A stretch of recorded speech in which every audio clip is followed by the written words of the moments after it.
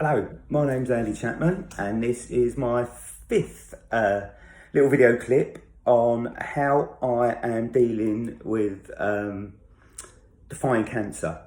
So I've done a few little clips regarding the sort of coping mechanisms I use, which is helping me not only to come to terms with it, but to live with it and to defy it, carry on doing a lot of the things that I've always enjoyed in life.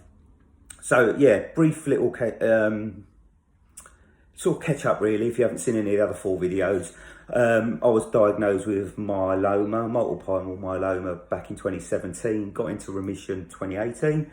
Type of cancer it was always going to come back, and it came back early 2021. So yeah, so I've been coping with it, having chemo weekly since March 2021. I've done a few little clips. This is the one that really I struggle with, I guess. I want to talk a little bit about exercise. Now, these little video clips, I do it all in one take, so there's no editing. It's just an ordinary bloke talking about how he copes and what works for me. It may not work for you. You may sort of vary slightly what I do to cope, but it's a kind of, you know, sort of warts and all. It's not slick, it's not glossy. I will make mistakes, I will lose my train of thought, but that is just how I want to put these clips out. So today I want to talk about exercise. Now, I really have a love-hate relationship with exercise.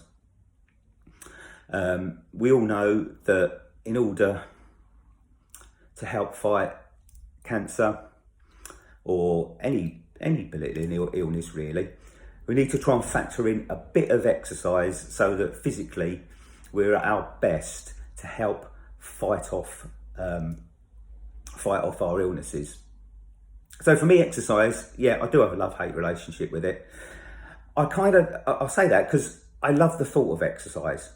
I get fired up on a daily basis. I think, right, I'm going to get out, I'm going to do something physical, I'm going to do some physical exercise, a bit of cardio, get the old blood pumping and heart racing, and I know it's going to do me good.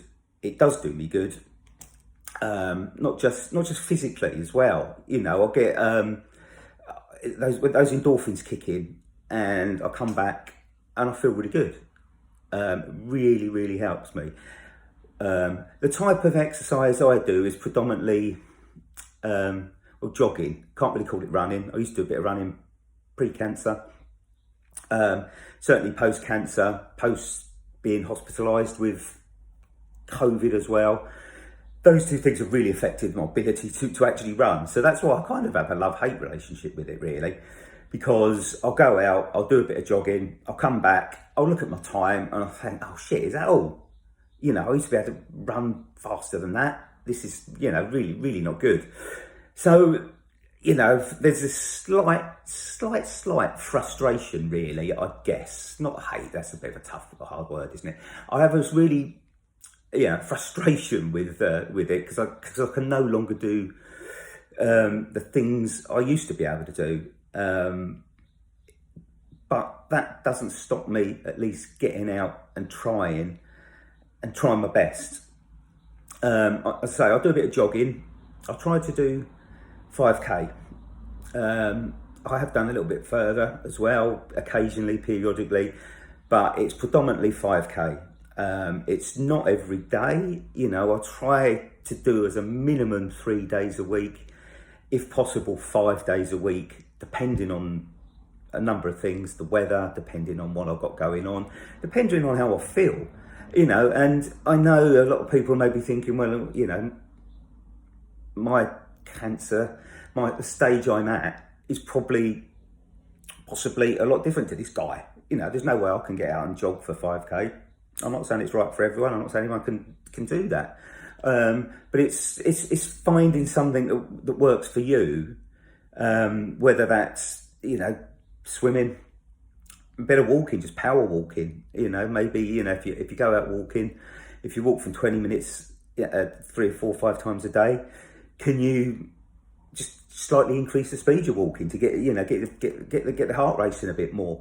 So it's just tweaking things potentially that can have a great effect on you, not just physically but mentally as well. So this really works for me. It does make me feel really, really good once I've finished.